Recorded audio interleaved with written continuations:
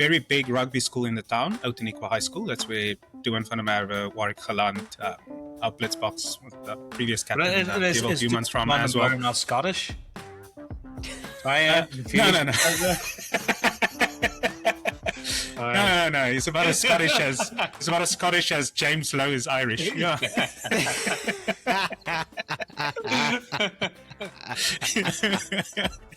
Well done, Adnill. Well done, my friend.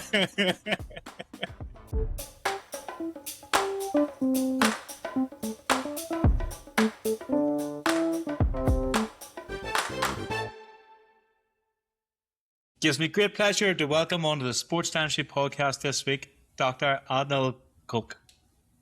Did I get it right? Yeah, that's fine, man. Yeah. So it's great to have you in the podcast, Adnill. We had the pleasure of getting to meet and know you out in Stellenbosch in December at the launch of the South African Sports Dentistry Association. So it's great to have you on, and you've quite an interesting story that I'm looking to have a chat about. But just to start off with, can you give us a little bit of a background to yourself, how you've got into dentistry and how that led you down the path of endodontics and into sports dentistry as well? Okay, great. Yeah. So I qualified from the University of the Western Cape in 2018 and ended up doing my community service year. So in South Africa, we have to do 1 year community service where we basically pay back the government because we use their facilities for 5 years. And I did mine in rural KwaZulu-Natal. After that, I returned back to Cape Town and I started practicing in private practice, so locuming here and there, and then ended up buying my own practice. From there, I basically discovered that I really love endo. I got a few offers to do endo at other practices, and that's how I found where I've settled now. So sold my practice end of 2024 and went into endo full time. Yeah. And then I got into sports dentistry quite organically and unexpectedly, I guess. Back in 2021, I connected with a lady named Monia Gravenstein.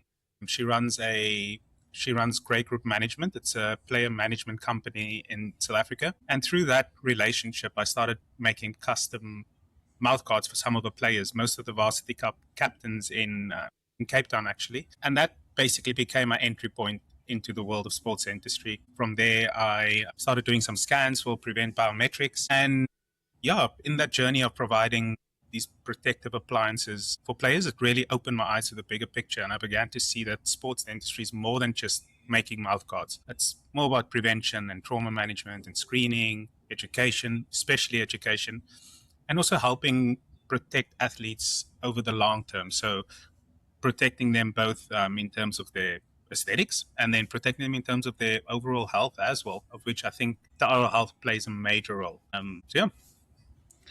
I might just touch on back to the university. So, because I'm not very familiar with South Africa and how it's set up. Like, is there many universities that do undergraduate dentistry, and why did you choose Western Cape? Was that close to where you were? Yeah. Just give us a wee bit of information on that process. Like what was your decision to do dentistry? Why did you decide to go down the dentistry path? Yeah, so I basically in high school, I had no idea what I wanted to do. So second last year of high school, I realized I didn't have any subjects to apply for anything. And yeah, my dad sat me down and told me I need to have a serious think about life, and started doing that. And he's like, what do you want to become? Like, you need to go and shadow someone. And he was like, why don't you shadow my dentist? And I was like, listen, I don't even have the subjects to study dentistry. And he was like, yeah, well, just go shadow my dentist. And then I did, and I enjoyed what I saw. And then I went back to school, changed my subjects, and applied for dentistry, and then got accepted. And there are 4 universities in South Africa where you can study dentistry. So it's the University of the Western Cape, the University of Pretoria, the University of Witwatersrand, and it's called Medunsa, Sefako Mogale, I think that's how it's pronounced. Don't clip me up, guys, please. Yeah. This podcast, it'd be strange if you were to pronounce things properly. Don't worry, Adnill. You're in good company with John. Don't worry. So it's Medunsa University. So it used to stand for Medical University of South Africa. So 4 universities where you can study dentistry. The biggest of which would be UWC. So, and I think followed by University of Pretoria, which is Tukkies, they also have a high performance institute where quite a few of the attendees have worked there from the Sports Dentistry Conference back in December. Yeah, and my decision to study at UWC was simple. My dad studied there, and I just decided to go there. Yeah, that's the only place I applied, so I didn't have a second plan. I think your pathway into sports dentistry is slightly different from other people, because you said there was a sports management company that approached you. How did that come about, and what sort of relationship or partnership did you have with them? Yeah, so I grew up in George, and George is obviously the town where Duan van der Merwe is from. So the very big rugby school in the town, Outeniqua High School, that's where Duan van der Merwe, Warwick Geland, our Blitzbox, the previous captain, Dewald Humans from as well. Not Scottish? No. No. He's about as Scottish as James Lowe is Irish. Yeah.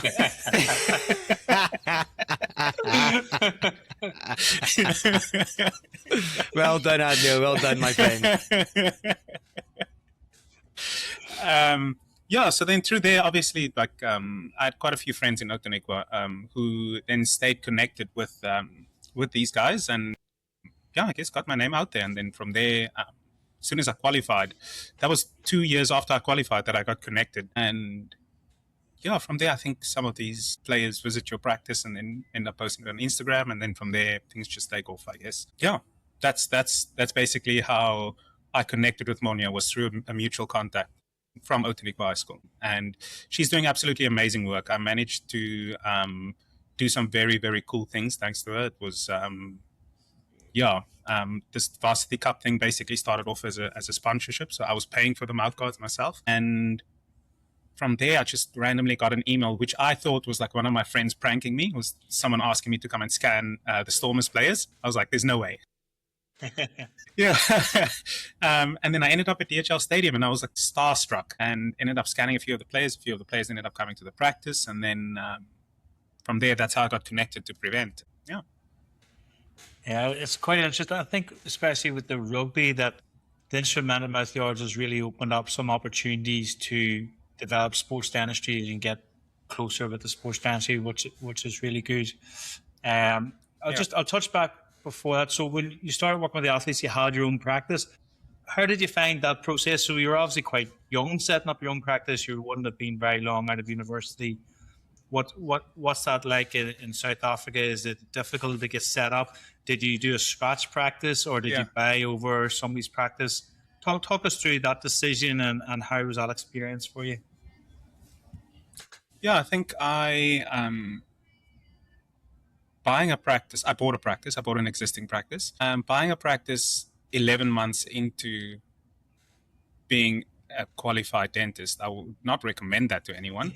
So I had no idea what I was doing. I had no idea what I was doing financially, or like maybe I was doing okay dentistry, but I was a horrible businessman. So I guess I struggled for the first year unknowingly. So after about a year, we obviously it was time to do some financial statements and look at everything. And I was like, oh, damn, like made a lot of money. I made zero profit. So that's when I realized, I was like, no. Like I need someone to take me under their wing and teach me the ways. And that's how I decided to start locuming at another practice, and then obviously understand how our practice is run and hopefully take those skills back to my practice. And that's when I realized that I have absolutely no passion in being a businessman whatsoever. And I have no passion in owning my own practice at all. And that's when we started the process of selling the practice. So it took about 1.5 years for us to sell it. And thankfully I did. And how did you find that experience, like from you ban it to you sell it? You saying you weren't a good businessman, but did you at least like break even, or was there a growth over that time? No. So I sold the practice for exactly the same amount that I bought it, I guess. but I had invested quite a bit of money in there. So upgraded the chairs, added in another room, added in the pan machine. But in South Africa, it's incredibly difficult to get financing for a startup business, especially as a dentist. And banks will basically just finance your equipment and then the goodwill aspect. So like me selling the number of the practice is me just handing someone quite a bit of money per month. Yes, you need to work and the patients basically need to trust the new dentist, but selling the number, selling the email address, selling the domain, all of those things, that's how we could make up for it in the end, I guess. Yeah. Yeah, It's very difficult in South Africa to buy or sell. I think it's difficult everywhere. Like Umar is still living the dream, being an associate, using all the materials he wants to use. Doesn't matter. Do you know what I mean? We'll just use take out the other composite. It doesn't matter. Throw that composite away. I don't need that one. Do you not just get rid of the? Do you not just get rid of the capsule when it's like half full? You not just chuck it away because it's no use to you. Is that not what you're meant to do? Right?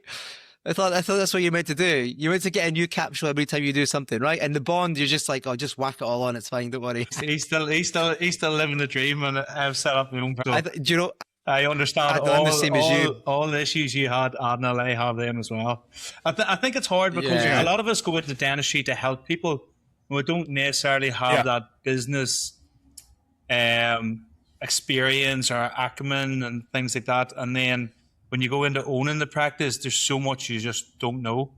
And like you're spending most of your day in clinic helping people that it's very hard to get the time to actually spend on the business side of things as well. So, and you don't get taught it in university. Like there's not, an undergrad is very much your clinical skills and getting through that. They don't really give you the skill set that you need to actually own a business and run a business. That's a whole completely different set of skills and education needed there. Yeah, very true.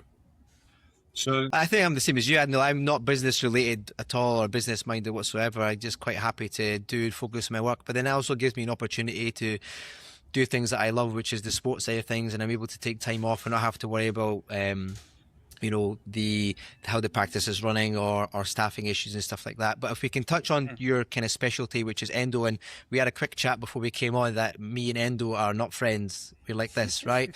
But ultimately, when people do think about sports dentistry, one of the first things they think about is trauma. Yeah. And we were lucky enough to watch your unbelievable presentation in Cape Town last year, or in Stellenbosch last year. But from a endodontist point of view, in terms of how treatment of dental trauma has improved over those years, would you say there's been a big change in terms of how you're treating dental trauma from an endodontic point of view? Is there more advancements in materials that mean that we don't need to necessarily go straight towards doing full-on endo, things like biodentine and such materials like that? So how have you seen that develop in your time as being a specialist with endo? Yeah. So again, just to clarify, because I will get clipped up in South Africa severely for saying this, I'm not an endodontist. There is no such a term as an endodontist in South Africa. So it's not an approved speciality with the HPCSA. So I refer to myself as a dentist with a special interest in endodontics. Yes. Okay. So it's my special area of focus. It's all that I do. And my lecture was focused on dental trauma at the South African Sports Dentistry, the first Congress. And it wasn't just on trauma itself, but my lecture was titled The Aftermath of Trauma. So basically what happens after the initial injury and the aftermath that many people don't always think about. Because you often, most of the focus is on the moment of the impact, but the real challenge is usually in the follow-up, the correct diagnosis, long-term monitoring, pulp survival, what happens if there's resorption, discoloration, the restorative consequences of trauma, knowing when to intervene versus when observation is best. And my aim of that lecture was just to highlight that trauma is rarely just like a one-visit event. Like it just happens once and then it's done. It often sets off this cascade, so sets off a long clinical journey for a patient. As dentists, we need to be ready to manage not just the injury itself on the day, but everything that can unfold in the weeks or months or years to come afterwards. So in terms of what has changed, not much. So my trauma management is very much similar to what I was taught in university. Yes, materials have advanced. Like I now use, for example, I use bioceramic putty instead of using MTA. ceramic putty obviously sets a lot quicker, doesn't commonly cause discoloration. And yeah, other than that, not much has changed. So diagnosis, monitoring, all of these things, the basics still remain. Obviously, having access to anything that I want in terms of endodontics, other than a laser, that's next on my list. Whether I had this or whether I didn't have this, my management would remain the same. Most trauma cases don't need a CVCT. Most trauma cases just need an accurate diagnosis. I found it a really good presentation, and maybe do a lot of thinking about stuff as well, and different scenarios and different patients that I've seen. What I particularly liked, and maybe give our listeners that didn't have the opportunity to hear, was when to look at doing root canal on a discolored tooth. So like a tooth that has had trauma, maybe doesn't discolor initially, but then gradually. And then you were specifically looking at times when you would go in and do a root canal, or there's times that you wouldn't actually do a root canal. Can you give our listeners a bit of an insight into your thinking whenever you're making that decision? Yeah, okay. Well, it's obviously very difficult for me to explain this without any images or anything like that. But again, for me, I always try and preserve pulp vitality where possible. And people think that's insane based on what I do. They're like, it's literally your bread and butter. But I always try and preserve pulp vitality where possible, especially in immature teeth. Again, with modern trauma management, it's far more conservative. Actually, that's one thing that has changed, and far more vitality focused, with a greater appreciation for pulp capping, partial pulpotomies, and ongoing review, instead of just assuming that every traumatized tooth will automatically end up in endodontic treatment. And the shift was obviously driven by a better understanding of healing and the regenerative potential of the pulp, especially in younger patients. Again, when it comes to deciding, do I do root canal treatment, do I not do root canal treatment, there's several factors that play a role. Obviously, my clinical exam, the patient history, my clinical tests, what I'm seeing on the radiographs. Obviously, if there's a fully blown periapical radiolucency, I'm doing root canal therapy. I mean, fully blown periapical radiolucency, and the patient has no symptoms. Is there something playing in the background here? Again, yeah, there's a nice little bit of music in the background. Yeah, nice little bit of music. Yeah. Okay, it's done now. Oh, yes, yeah. So obviously, if there's clear signs that the patient needs root canal therapy, you have to do root canal therapy. But see, there's a step-by-step process that I follow to diagnose the patient properly. And discoloration is quite a small part of that. So by the time I know that the patient's tooth is discolored during the initial consult, when they sit down in front of me and they start telling me what's wrong, I can already see it. And based off the color, that also tells me what caused the discoloration. So something that's maybe more yellow, dark brown, yellowish, tells me that it's most likely from secondary or tertiary dentine that deposits in the pulp chamber. That causes something called calcific metamorphosis, which is very common after dental trauma. And a calcified, completely obliterated pulp does not mean that the patient needs root canal therapy. Yes, that discoloration is from the inside, so it is intrinsic discoloration, but they respond quite well to vital bleaching. If there's no necrosis or there's no symptoms, then root canal therapies, or no periapical radiolucency, then root canal treatment's not indicated at all. And we just do a normal extrinsic vital bleaching. Obviously, if the tooth's gray or bluish, that tells me that it's from a different cause, and that's due to heme breakdown product. So due to ferrous ions that's released from the hemoglobin. And that when that mixes with hydrogen sulfide present in bacteria, that causes this classic grayish brown discoloration that we associate with pulp necrosis. Then I would obviously do root canal therapy. There's quite a few more things that I would have liked to get into in the lecture, but obviously I had quite a short time slot. But also things like pink discoloration, sign of external root resorption. There's obviously, you get these little white spots on teeth as well, also a sign that a permanent tooth was damaged while the deciduous tooth was still present. So it was damage to the actual follicle. Quite a few things that I look at in order to determine whether a patient does need an endo or not. And intrinsic discoloration is just a small part of it. It's definitely really interesting, because I'm sure everybody that is in sports knows someone with a discolored central incisor. That's true. So that was one of the questions you always get asked, is like, well, why is my tooth discolored? If someone you don't really know and you're just meeting them and then find out you're a dentist.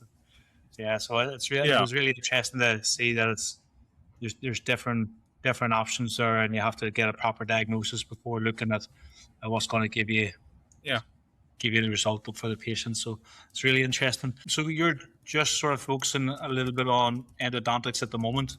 just as your in your associate roles. So you were then. How do you work with? How do you use like a multi-team approach? Then, if you needed to Yeah. provide athletes with more than just endo, like do you still? We had a good conversation with Christian that you met from Paraguay that was down in Cape Town. He was on the podcast last week, and we were chatting to him, and he was saying he does a lot of coordination and he coordinates the support as well, because he was still doing that when he was away. Is that kind of, do you have a role like that where you're working with your contact who give you an athlete, and if it's not necessarily in your what you're focusing on in the practice, do you still look at that athlete, or do you use like a multi-team approach to provide that service for the athlete? Yeah, so in the practice, we all do what we enjoy, which automatically translates to what you're good at, I guess. I prefer to only do endo and then maybe some deep restorations. I mean, a shallow class 1 restoration, I couldn't really care much for it. Then I would just send it on to one of my colleagues, and I probably would make more money if I did resto than endo, but aesthetics, anterior work is not something that I'm very much interested in. So if a patient comes to me and there's any, so our reception team is quite good at screening patients. I need to say that carefully because receptionists aren't allowed to screen, but they are, what's the word? It's kind of like triage, I guess. So just deciding where the patient should be booked. So if there's some keywords that I've given them. So if the patient says that I have heat sensitivity, constant pain, the patient would initially be booked with me. If a rugby player or cricket player messages me on Instagram and says, I want to come get my smile fixed, I'm like, how on earth? Like, if you look at my Instagram, I'm like, you can see it's just you can see that it's just that. I'm like, so do you need endos? Or You're probably looking at your reply going, why is he only posting up these types of teeth? Where's all of this for the veneers? Posting up his veneers. So weirdly enough, I've never ever done veneers. I've never I got into endo so early in my career that I've never actually done more than like 6 crowns, I guess, for a patient, or done full set of veneers or whatever. I mean, I've done some composite veneers here and there, but in terms of ceramic work, I don't enjoy it at all. So how it usually works is when someone messages me, I'll see them for the initial consult. So I'll do all the records, take a full mouth scan, do the records for a digital smile design, and then pass them on to one of my colleagues. If there's no endo work that's required, say, very nice to meet you, great working with you, but I don't want to do your work. And pass them on to one of my colleagues in the practice. So we have 4, how many dentists? Let me get this right before I get clipped up again. 5 dentists. 5 dentists. So 5 dentists working for the practice and 2 oral hygienists working over here as well. Most of the players just need a basic cleaning and a whitening and 1 or 2 touch-up restos. And if it's a simple resto, I will do it for them. But if it's anything advanced or any ceramic work, I just say no, thank you. But that's the importance of having a team and having the people around you who are doing things that they enjoy doing. Yeah. Again, I'm quite lucky here where we've got that opportunity to, we're able to have a specialist endodontist or someone who does implants or someone who does other type of advanced restorative work like soft tissue grafting or frenectomy and things like that. So you'll be able to actually provide a service to a patient where they can get everything done within not necessarily the same practice, but within the same network of people. And then that also relates to sports dentistry and sports medicine and how we're able to then be a part of their team and how we're trying to integrate and be part of their staff and how we're able to look after their athletes and organizations. And I think that was something that we kind of talked about when it came to when Bavik approached us about South Africa Sports Dentistry Association after coming to the UK. He said, look, we've got so many great clinicians and there's so many great medics in South Africa, and we're a massive nation when it comes to sport and how they compete at every level. And he was like, I want to bring this to South Africa. How did you hear about the conference? Obviously you were involved in the first conference, but in the lead up to that, how did you hear about it coming about? And obviously we know you've done a bit of work previously before that. Yeah. But how did it grab your attention? And we know that one of your colleagues that you work with, who we'll come on to in a minute as well, he was also at the conference too. But how did you hear about it? And do you feel, looking back now, has that really ignited this area of sports dentistry that we are trying to build on all over the world? Is that something that you feel has kind of kicked off from there? In sports dentistry, it's not just about treating injuries. It's about optimizing oral health for peak performance. That's right, because when athletes push their limits, every detail matters, even their oral health. That's why the Sports Dentistry podcast is being powered by Philips. True innovators in oral health technology. Philips Sonicare toothbrushes use advanced sonic technology to disrupt plaque biofilm, removing up to 20 times more plaque than a manual brush. And that's critical for athletes. With high carb diets, dry mouth, and frequent energy supplements, they're at greater risk of caries and gum disease. Philips backs evidence-based dentistry, giving us tools that fit perfectly into performance-driven treatment plans. So whether you're helping your athletes recover, protect, or perform, Elevate your protocol with Philips. Yeah. So I did some scans for the Blitzbox. So I always mix their names up. Janesh. Yes. I see the right name. Yes. Yes. So I met Janesh, and he told me about his dad who's a dentist and his brother who's a dentist, and I was like, oh, that's so interesting. And I was like, wait, so I was like honestly asking him, I'm like, so what am I doing here? Like, why don't you just ask him? I was like, just ask your brother to do the scans. Like, I kind of knew his brother from seeing him on Instagram, so I was like, you might as well just get him to do the scans. He's got a scanner, and I'm more than willing to help, but I don't really have much of a passion for this. Kind of doing it because I love rugby, I guess. And basically, I had no idea what sports dentistry was about. And then I saw it on Bavic's Instagram that he was advertising this the conference. I was like, oh wow! And then I just sent him a message. I was like, listen, man, if you need, I love speaking, so I love sharing at in public spaces. So I was like, if you guys need a speaker, I'm more than willing to help out. If it comes to Endo, and if you guys need another speaker, I know someone else, John, my colleague, my boss. I shouldn't call him my colleague, my boss. I literally have his name right here. And he also showed a keen interest. And once he started prepping for his lecture, we obviously just consulted each other regarding our lectures and just show me yours, show you mine. I was like, look, there's way more to this than I actually thought. That's really when I realized that it's not just gum guards and making gum guards. And I was like, okay, yeah, it's proper multidisciplinary treatment.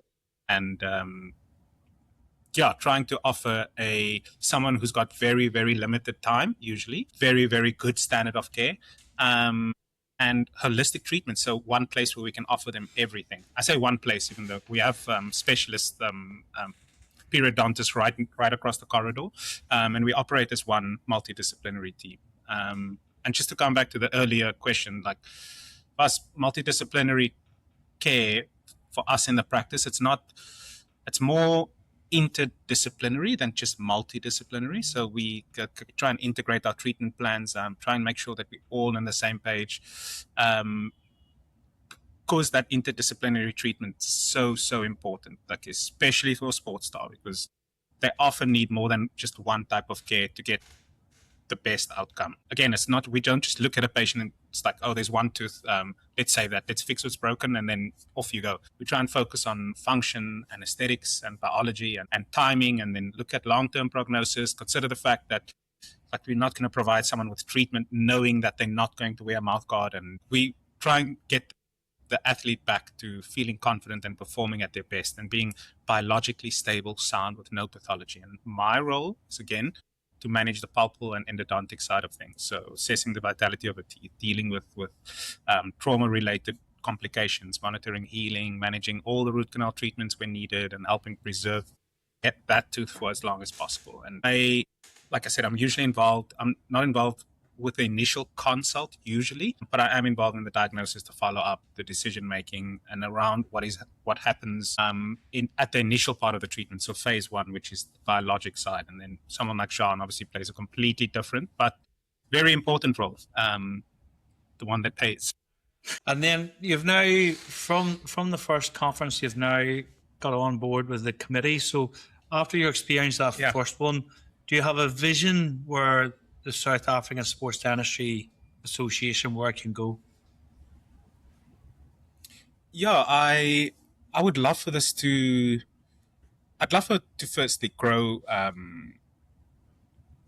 would say authentically, so not forced down people's throats. I don't think this was forced down anyone's throat, which I really enjoyed. So at the advertising, everything, it was absolutely Bavic and Imogen. Yeah, Imogen did an amazing job with the social media. I was like, the way that this was just shared all over the place in Cape Town was amazing, and all over South Africa as well. Where I see this heading in the future is basically making dentists part of the medical team and part of the screening for a patient, for sports staff. And whether that's pre-season, mid-season, at the end of the season, or before a big tournament, which I think is very important, the one before a big tournament. I hope that we can grow to a place where, I guess, SASDA and SASMA can kind of collaborate and provide a comprehensive health check for rugby, cricket player, golf, hockey player, all sports, I guess, and expanding it to something that's just beyond what is this behind me, boxing, soccer. That's a football, guys. That's like from the 70s. Like, Well, I think it's meant to be an American football. How old are you guys? It's like that's Willie John McBride's. Like, so like just expanding it beyond just the basic the standard 3 sports in South Africa, which is like football, cricket, rugby. Yeah, going beyond that.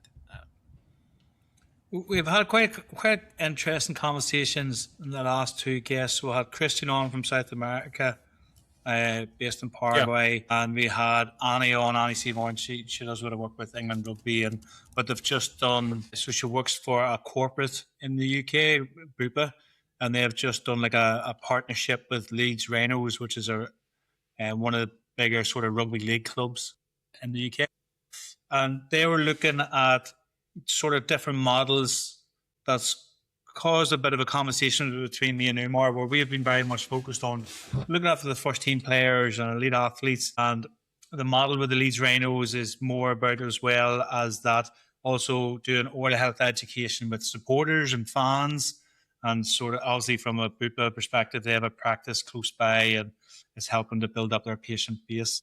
And then Christian in Paraguay, he was talking about how they have a dental clinic actually on site in the soccer team. So then they work with like the academy and the community. It's not just the first team players. Do you think them sort of models would work in South Africa? Is that, so we're looking at working with maybe the sort of bigger clubs, and you're looking at working with their development squads or academies, the community in that area, the fans and the supporters of the club, and trying to build that sort of relationship? Or is it very much going to be what myself and Umar are more or less doing, is we'll go in and we'll do screening, provide mouth guards, and they come to the clinic where we are at, where if they want to get treatment? Or is that possibility of that more sort of interlinked dental clinic on-site type? Yeah, I guess looking after professional players is important. In South Africa, I think I would say the difference would be in terms of finances. The difference between an amateur rugby player and someone in the highest league. So the difference in salary is ridiculous. I don't think it's like in. I think South Africans go from playing in Super Rugby, not Super Rugby. What do we call it? The URC. So playing in the URC, and then would go to France and play in like League 3 and earn more. Yeah, the difference in like, I guess in South Africa, if you have money, you have access to good healthcare, very, very good healthcare, and ease of access, and very, very quick. And if you don't, it's a struggle. I guess I was sitting and thinking, like, I treated my mom the other day for it was an endo on an upper molar, and I was like, if she didn't have obviously I treat my mom free of charge. Yeah. But if my mom didn't have the money to do this, like, where would she have to go? It's like she'd have to go wake up at 5 a.m., I guess, to go sit in a queue at Tygerberg and hopefully get treatment from someone there on the day, which she wouldn't. She was in severe throbbing pain and I just needed to help her quickly. And then first get screened and then get told to come back in about a month from now, and again, wake up at 5 a.m. to sit in a queue and then get helped. It's I guess it's the same with sports dentistry, unfortunately. But like I said, looking after professional players, it's important. But I do think that the real value in sports dentistry is that it can make a difference across the whole sporting community. And if we do start working with rugby clubs, with schools, with academies, and with development squads, we have an opportunity to do far more than just treat a rugby player and do 10 veneers, or treat a rugby player and do endos that most people can't afford. we can educate, we can screen, we can prevent trauma, and we can encourage the use of proper mouth guards. And we can help create a culture where oral health is taken seriously as a part of overall athlete health. Because if you start at so you start with the development squads and the academies, they will become professionals one day. That's where I think sports dentistry can become really meaningful, because it's not just, we don't just want to be reactive and wait for someone to come in with a fractured tooth and then fix the damage. We want to be proactive. So getting involved early, protecting athletes before the injuries happen, and making sure that everyone has good dental care, or making good dental care accessible to the wider sporting community. Flip, I remember playing in a, my dad grew up in Paarl, which is like, it's about, so we were in Stellenbosch. I think it's like 50 odd Ks from Stellenbosch. That's where all, is that where all a lot of the big sports schools are, is it?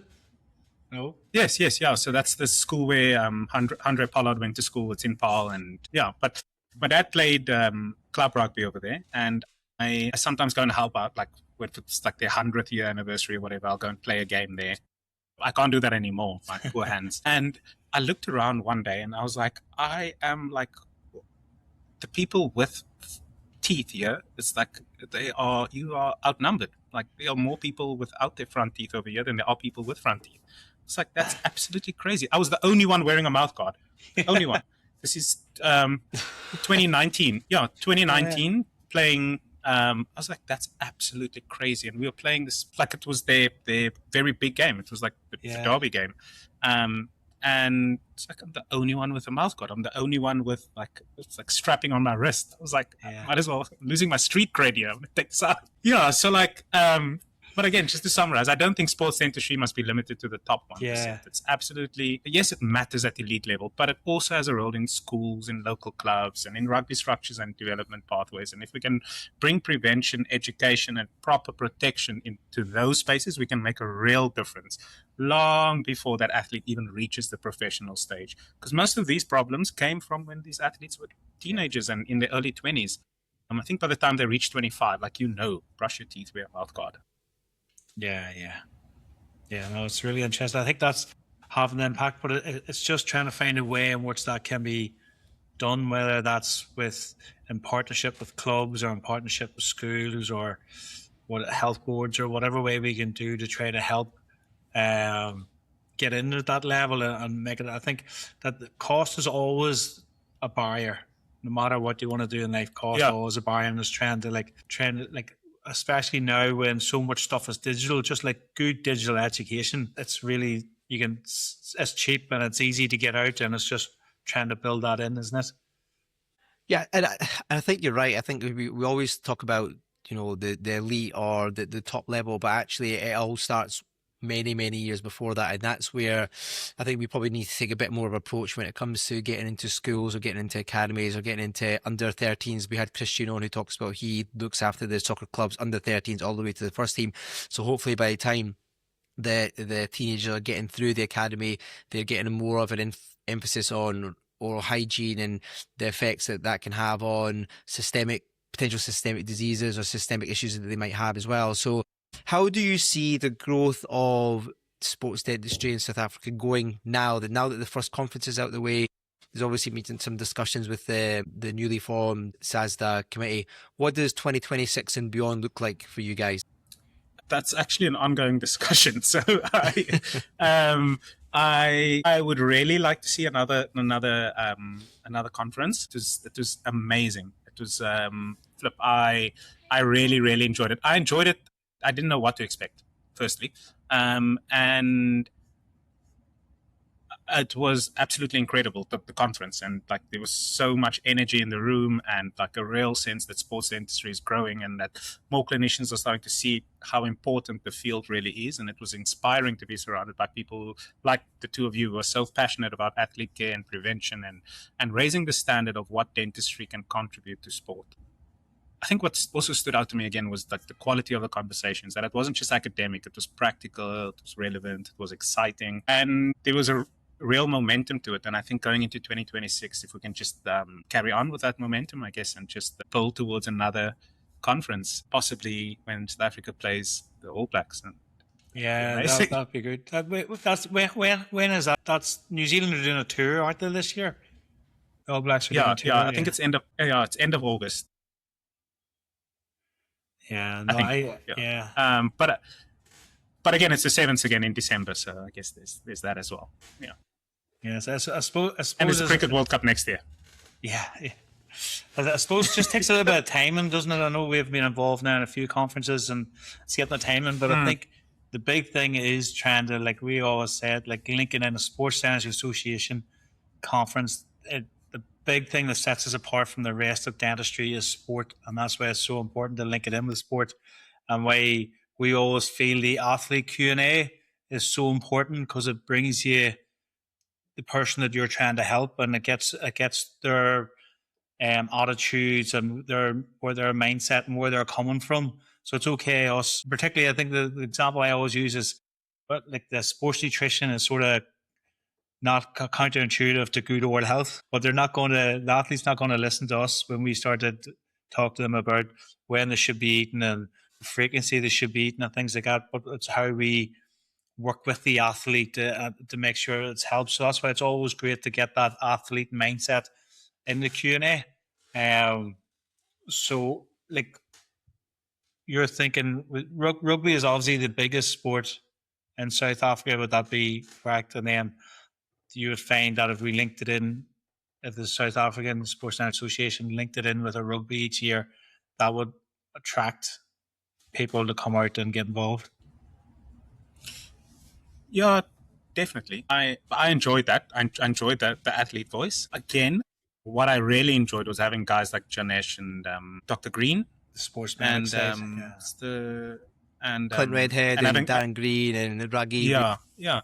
Because I don't think like just promoting this to sports stars is even the main target. I think the bigger target is it's the team around them, because you want to sit with the doctors and the physios and the biokineticists and the support staff and really ask them, what do you actually think oral health means in the context of sport? Because once we understand that, then we can start closing the gap, and because that's where real progress will happen, when dentistry becomes part of the wider medical conversation and not just a call on service for. Because I'm like, if someone says, I'm the dentist of this team, like, oh, so what do? Do you respond to call outs when something happens? Yeah. What does that mean? That do you run on the field and do a fluoride treatment? What do you like? We are like, it's oral health is as important as the rest, and just understanding the role of the dentist as part of this medical team, and understanding what the expectations are of a dentist as part of the medical team, because we can't just be available when someone gets injured and we need to do a root canal or do a class 4 filling, or we wanted to do some magical composite veneers, which look amazing, by the way. I saw your post on Instagram. I was like, oh my days, that's amazing work. It's like, look, I suck. That's okay. That was just AI. I just AI'd that. Okay. Yeah. I was about to ask. I was like, oh, where's the after picture? Yeah, but because again, these professionals often have the most day-to-day influence over athlete care. So the medical team does, and if they understand the value of oral health, they are more likely to refer appropriately and think preventatively and include dentistry earlier instead of only calling on me with an email for emergencies. Yeah, no, it's really interesting. I think it's really, I really found, we didn't know what to expect either when we went down to Stellenbosch for the day, but it was really, we left really energized, and I think at the time we spoke about it a number of times, it's really hard to explain to anybody that wasn't there just the energy and the positivity that was in the room that day. So it's really exciting to see where that goes and where that grows. And it'd be great to look back in a decade or 2 decades and see that change. And if you were go out to see that derby out in Par, that you'll have most people wearing mouth guards and everybody's got their teeth. You know, I think that's the sort of impact we can do over time with education and sports dentistry programs and getting in early and stuff, is making that change and that awareness. And hopefully that's where we can go to with the South African Sports Dentistry Association. Yeah, and then obviously also dentists understanding how trauma works. That's also it's not just tooth trauma. It's like head and neck trauma. Just understanding the basics of it would be, so beneficial to dentists. And it's trying to sell a mouth guard to a player who do gags on it all the time. Like, it's telling them you're gonna get concussed, you're gonna have a stutter in your 50s or in your 60s from constant head trauma.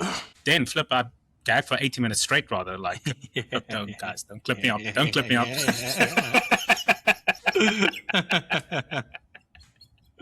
I think that's a really good. That's a really good perspective. It's not something that I would actually think about, because there is athletes, no matter how much you adjust the mouth guard, they just won't wear them, and it's maybe because they've never worn them, and you're trying to get them into them in their late teens or when they're young adults in their 20s, and they've got to that where they are in life without wearing one, and they've never had any issues. And they just won't go through the effort of trying to adjust to wearing one. But actually coming from it from that perspective, where you're talking about potential long-term consequences to their overall health from not trying to protect it, it's quite interesting, actually. It was the same when you said, it's the same sort of different mindset you had when you said to me in Stellenbosch that the rules of the Rugby World Cup were changed so Ireland could win a knockout game, where we always looked at it as we've never got to the semi-finals. We never actually thought of it as the fact that we've never actually won a knockout game. So it's just two different mindsets of looking at the same thing. Yeah, well, things are looking up, eh? Like, you guys almost won the Six Nations. It was close. Yes.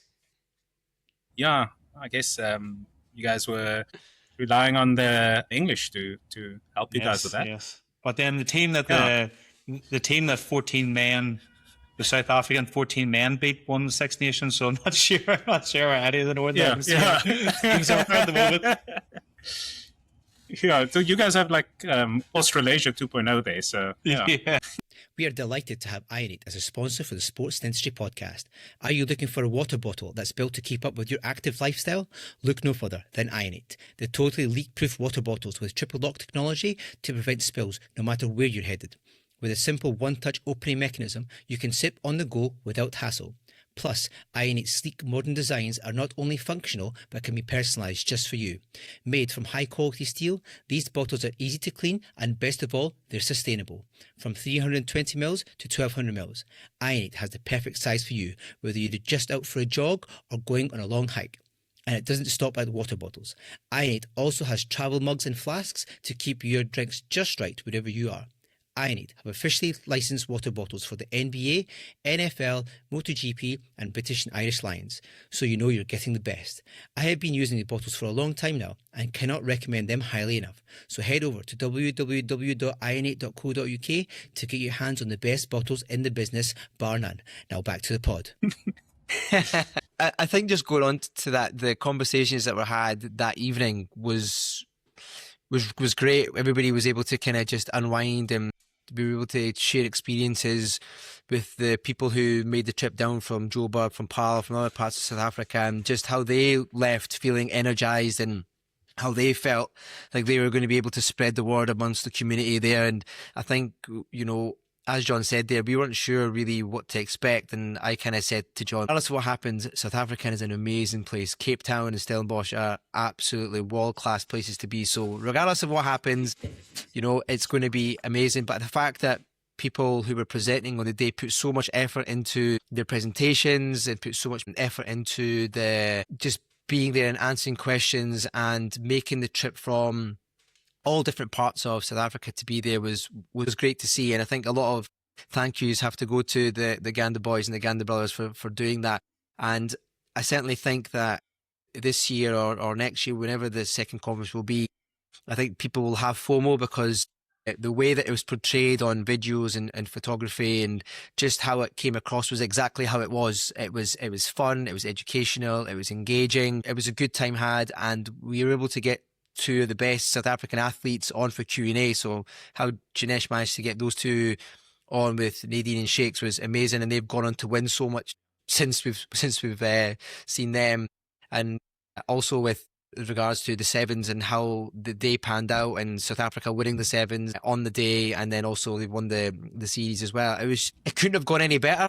Like, I couldn't have gone any better, really. And the fact that you're continuing to be involved and the way you're talking about it and the excitement that you have is great, because, South Africa needs people like you and your stature and where you work and the treatment that you do and the work that you do. But the most important thing that you've said there quite a lot of times is the education part of it and the prevention part of it, and how we're able to get that and filter it down to where it's more important, which is the youth. And then in the years to come, we'll hopefully be in a better space, and not just in South Africa, but certainly worldwide. Yeah, very true. I have this little glove behind me over here, and I just can't stop just laughing about this. Because we speaking about sports dentistry and trauma prevention, and we always, how do you reduce injury? How do you improve the mouth guards? How do you protect the teeth? How do you support structures? How do they tackle schools? And how do they prevent head trauma in rugby? And what are the long-term effects of facial impact in sport? And then, obviously all backed by science. And then you start looking at boxing and the UFC and because then you suddenly realize that we are trying, with mouth guards and everything, you're trying to prevent head and facial trauma in a setting where that, and then there's another sport where the actual objective is to hit your opponent hard enough in the head to concuss them. And I mean, in most sports, I think getting hit in the face is it's an accident, and it's usually it's a penalty, or it's in cricket, you only get 2 bounces, I think 1 or 2 in an over. And then boxing and UFC, it's the agenda. It's that's what you want to do. So it's something funny, and I don't know. It's probably conversations that need to be opened up. But Flip, I suppose that's exactly why sports dentistry matters, because you can't remove the chaos from combat sport, obviously, and you can't just get rid of combat sport. But I'm we are so focused on this one, focus on the aspect of preventing trauma, and then there's another sport that's Flip, that's what they do. No, but sorry, I know this is your guys. I know this is your podcast, but I just want to ask you guys, what's the role of sports dentistry in boxing and MMA? Definitely having a good. I work with a lot of boxers, and I've worked at a number of the major competitions at the boxing events at the Rio Olympics, London Olympics, and a few of the Commonwealth Games. I'll be at the one this summer as well. Just found out there last week, and a lot of the time they don't. From a sports dentistry point of view, you tend to see during competition maybe they have a toothache from an ongoing issue that they never got done. Because mouth guards are compulsory, and particularly at that level, most of them will have a custom fitted mouth guard. Or some of the games, the likes of the Olympic Games, they'll be able to get a custom fitted mouth guard at the games because they have that provision for them. It tends to be more lacerations at amateurs anyway. It tends to be more eye lacerations, loss around the eyebrow just from head clashes, more than sort of punching. With the punching, because of the gloves, it's a bigger contact area, so it's more sort of head clashing. And they have got a lot more conscious in amateur boxing anyway. They do stop fights a lot earlier than they maybe used to. Professional is a completely different kettle of fish because smaller gloves, people want knockouts. Knockouts bring audiences, and the promoters want the big shows. So there is a little bit more of a risk there, but they do tend to do a lot of medicals to make sure that they're okay to be able to box and stuff from sports dentistry, even from professional boxers. There's very little dental trauma that you would see from a laceration or a tooth because they're wearing mouth guards and because of the gloves. Now, there was a study done by Sally McCarthy when she was doing her implant dent in endodontics.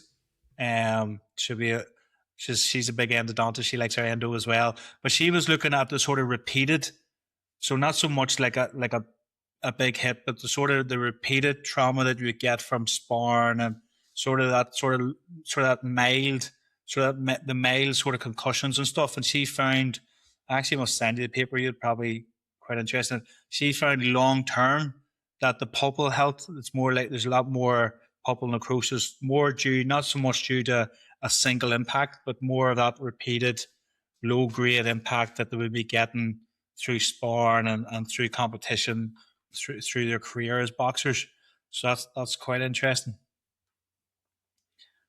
But so yeah, it is. I can see the irony in it where we're trying to protect people, and particularly with rugby at the moment, where there's such a focus on removing head contacts, and now there's a lot more cards, yellow cards, red cards for people that are mistiming tackles, and like stuff that would have not even been a penalty maybe 10, 15 years ago would have been played on, and people are getting cards for now. So you can see how some other sports are getting really switched on about protecting the head, and then you have these sports like MMA and boxing that are just literally out to stop your opponent, which it is quite interesting.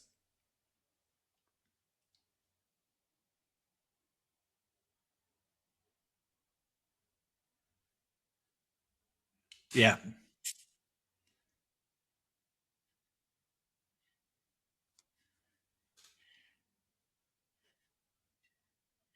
Yeah.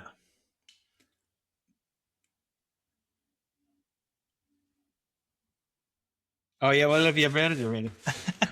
But I felt it was quite interesting where I was looking more of the long term effects of sort of like the mild or the like a major sort of like laceration or fracture from one big impact.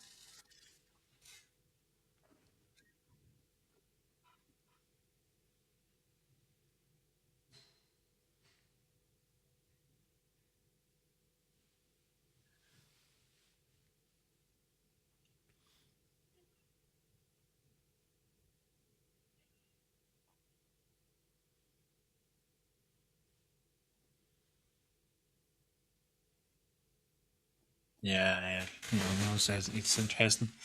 So what's well, you've been very generous with your time. We'll just finish up. Have you any big sporting events that you're looking forward to this year? Is there anything on the horizon? You're a big rugby fan, so is there anything or any other sport that you're looking forward to? Are you playing anything yourself at the moment?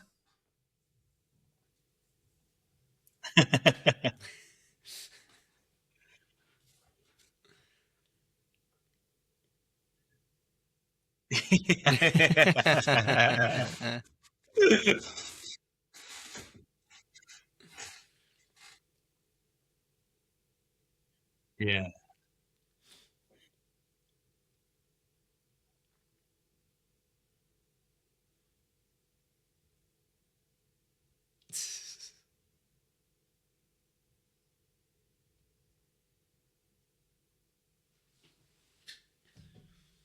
Yeah, yeah,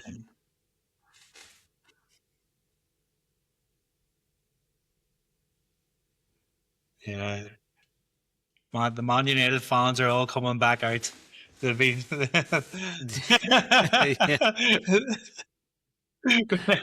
Yeah, yeah, yeah.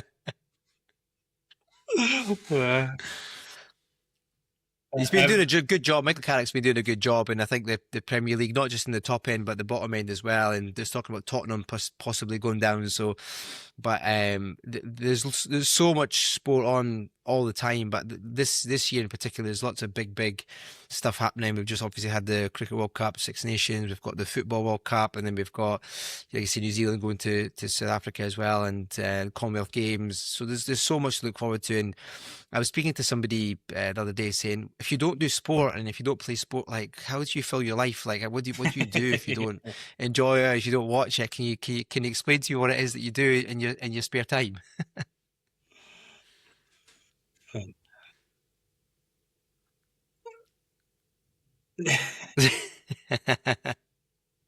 Yeah.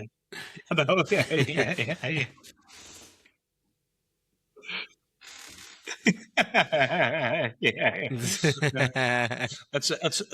was real. There was a really interesting stat about the number of people that watched Liverpool against Man City versus the number of people who watched the Super Bowl, and it really just put in your eyes how big sort of like the Premier League is internationally around the world.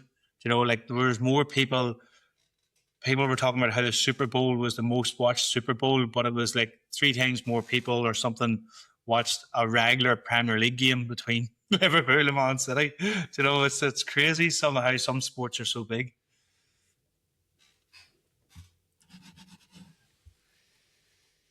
Yeah, no, listen, Adnill, that's been great. I think you've again, like John said, you've given us another hour of your time, and also the time that we spent with you in Stellenbosch, and hopefully we'll cross paths again. If not this year, then certainly in the coming year in 2027. But there's lots of exciting things happening out in South Africa, and I know there's a lot of committee meetings and a lot of board meetings happening about trying to see what's going to be happening with the relationship with SASMA and then what SASDA are doing separately as well. So we'll obviously watch on with keen eyes. And I've said this before, but anybody who's thinking about getting to South Africa to, go and visit it, and what a good way to go is if you love your sport and you are a dental healthcare professional, even if you're not, even if you're a medic and you want to just get involved and you want a business trip, then definitely get involved with getting to South Africa.